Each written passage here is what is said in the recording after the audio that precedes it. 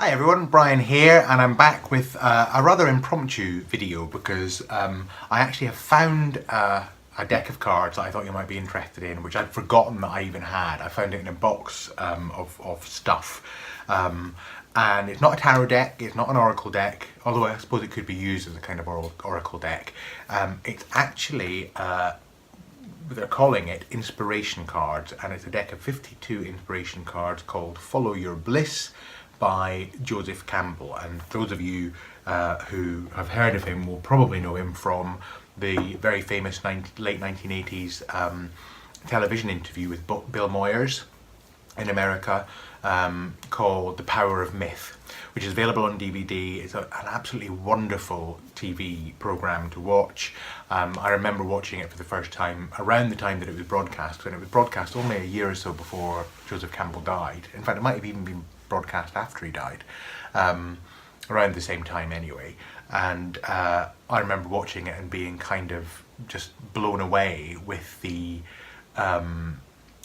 with the kind of the principle of it, because he talked about mythology as being not just a set of fictional stories, and not even just a set of cultural legends and so on, but myth as being a very powerful representation of this inner spiritual and psychological reality of human beings. And he talks about mythology having different levels, and in fact these cards are divided into the different levels that he talks about, which, if I'm remembering correctly, are the psychological, so how myth relates to yourself; cosmological, so how it relates to the kind of, if you like, the environment, the world that we live in, the kind of the universe that we live in; sociological, which relates to our kind of society and the way that it interacts with each other; and metaphysical, so in terms of our relationship with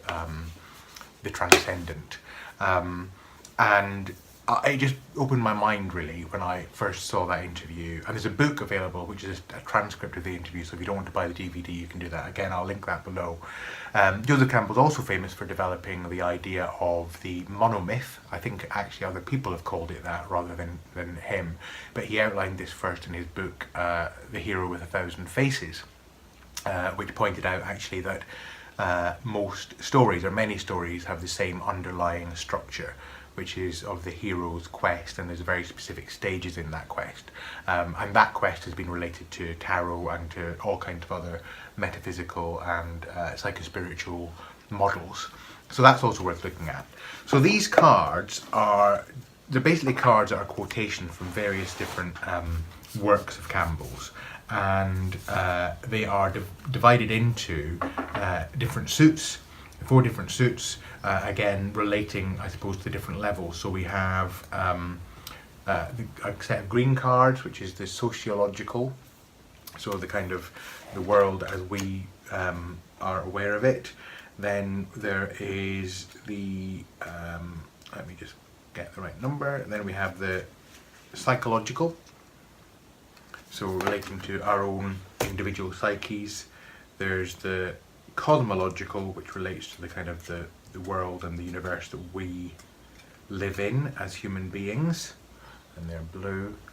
And metaphysical, so relating to the transcendent and to God. So this is the same number of cards as a normal set of playing cards, and actually each of the suits is divided into ace through to king, and there is a king, a queen, a jack, and then you go 10, 9. So it's not set up like tarot cards, it's set up more like playing cards. You could actually use these as playing cards because there's a correct number, there's a correct numerical value. I think it might be a bit difficult to do that because I'd be a bit distracted by the quotes. But the quotes are very nice. Now, they don't, as far as I can see, have there's no connection between the number and the quote. So if, for example, if you take the sociological, and I suppose we might take the sociological as relating perhaps to, in tarot, to the earthy suit, pentacle, to the world. If you look, for example, at the quote on number 5, which you might expect relates to the 5 of Pentacles, which of course is to do with crisis and poverty and exclusion and the opposites of all of those. The quote that we've got here is from his work Thou Art That, and the quote is, "What we may ask is an authentic marriage. It is a mystery in which two bodies become one flesh. It is not a negotiation in which two bank accounts merge into one." Although, of course, I suppose if you think about the Rider-Waite-Smith image, are the people on that married? Are they a couple? Who knows? So I don't think there's a particular relationship in terms of the numbers. I think they're fairly random, but it is a nice set. And so, we have a quote here from his work Pathways to Bliss. I'm not going to read all these out. You can pause and have a look. I'm going to pick another short one. So another one from Thou Art That. "The promised land is not a place to be conquered by armies and solidified by displacing other people. The promised land is a corner of the heart." And I love what Joseph Campbell has to say about religion and its place in the world. One of the things he says, and I'm paraphrasing, is that if you take religion literally, you've lost the meaning. But if you understand it metaphorically, then you understand what religion is trying to really get at. So, one cannot predict the next mythology any more than one can predict tonight's dream. For a mythology is not an ideology. It is not something projected from the brain, but something experienced from the heart. And that's from his book, The Inner Reaches of Outer Space. So if you're a fan of Campbell and you like his quotes, then this is a great deck to have. Myths, like dreams, are an upworking of the unconscious mind. And that's from A Skeleton Key to Finnegan's Wake. And if we go to the cosmological level, I think they are kind of categorized in terms of the different levels at least. So here's the quote from The Hero's Journey. "I think of mythology as a function of biology, a statement of the impulse system of the body and the organs, not something that's made up in the head. What's made up in the head is the fiction. What comes out of the heart is a myth." The heliocentric, sun-centered universe has never been translated into a mythology. Science and religion have therewith gone apart, and that is the case to the present hour. The Inner Reaches of Outer Space. The problem with some of these quotes is, out of context of the text in which they're written, they might not mean quite so much. So here's one from The Flight of the Wild Gander. "The morphology of the mythological organ will remain the same as ever, but the materials of which it is composed and the functions served will have to be those of the new world, the materials of the machine age and the functions of the world society that is today in its throes of birth as myth." So he's talking there about the generation of a new myth for our times. So again, I think some of these quotes really only work well if they're in context. Here's one from Bakshish and Brahman. "The eternal principle which never was born, never will die. It is in all things, it is in you now.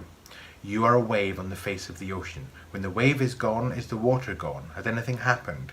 Nothing has happened. It is a play, a game, a dance," which relates quite neatly to a video that I filmed yesterday about tarot in the now, so I'll link that for you as well. Pathways to Bliss. "Make your God transparent to the transcendent, and it doesn't matter what his name is." In other words, there's a truth behind all gods, all religions, that go beyond simply the form. A quote from Myths of Light. "Look up at the lights on the ceiling. Each bulb carries the light. We can think of this totality as many bulbs. On the other hand, we can focus on the one light that emanates from all the bulbs." What are we focusing on? The light or the lights? I'm squinting a bit because the sun is just coming up over the hill that I can see. It's been raining all day, but the sun's coming out now, which is very nice. Let's see if we can find another one. Mythic worlds, modern worlds, this comes from. "I use the word God in a familiar way. God isn't a fact, God is a symbol. As soon as you interpret God as a fact, you are off the beam. Where I have used the word God, let us simply say Brahman, a neuter noun that refers past itself to the mystery of the total energy of life." So these are lovely cards, and one of the things that's worth letting you know is the box that it comes in neatly stacks up like that. Unfortunately, I haven't really looked after the box, it's a bit battered. Oops. And what you can do, and this would work well of course if you want to use these cards on an altar or in any kind of sacred space, is, if I can figure out how to do it, you can insert the cards, here we are, into the lid, like so, and then stack it up. So you've got, and you obviously would put the other cards in so you're not seeing the text, and you've got a nice little display. So it's a lovely, lovely set, and I'm pleased to have rediscovered it. I'd forgotten that I had it. I've got lots of Joseph Campbell materials. I've got books of his, anthologies of his, and I'll link some of them below so that you can see them. There's also a really good book called the Joseph Campbell Companion, which probably does a better job than this actually of extracting quotes out of context, but still giving them a sense of meaning because of the way that they're organised. So that's just a little thing to share with you in a nice little short video, and I hope that's been interesting. If you're interested in buying the deck, I'll put some details below, and hopefully we'll see you again. Well, I will see you again very soon. Take care. Bye.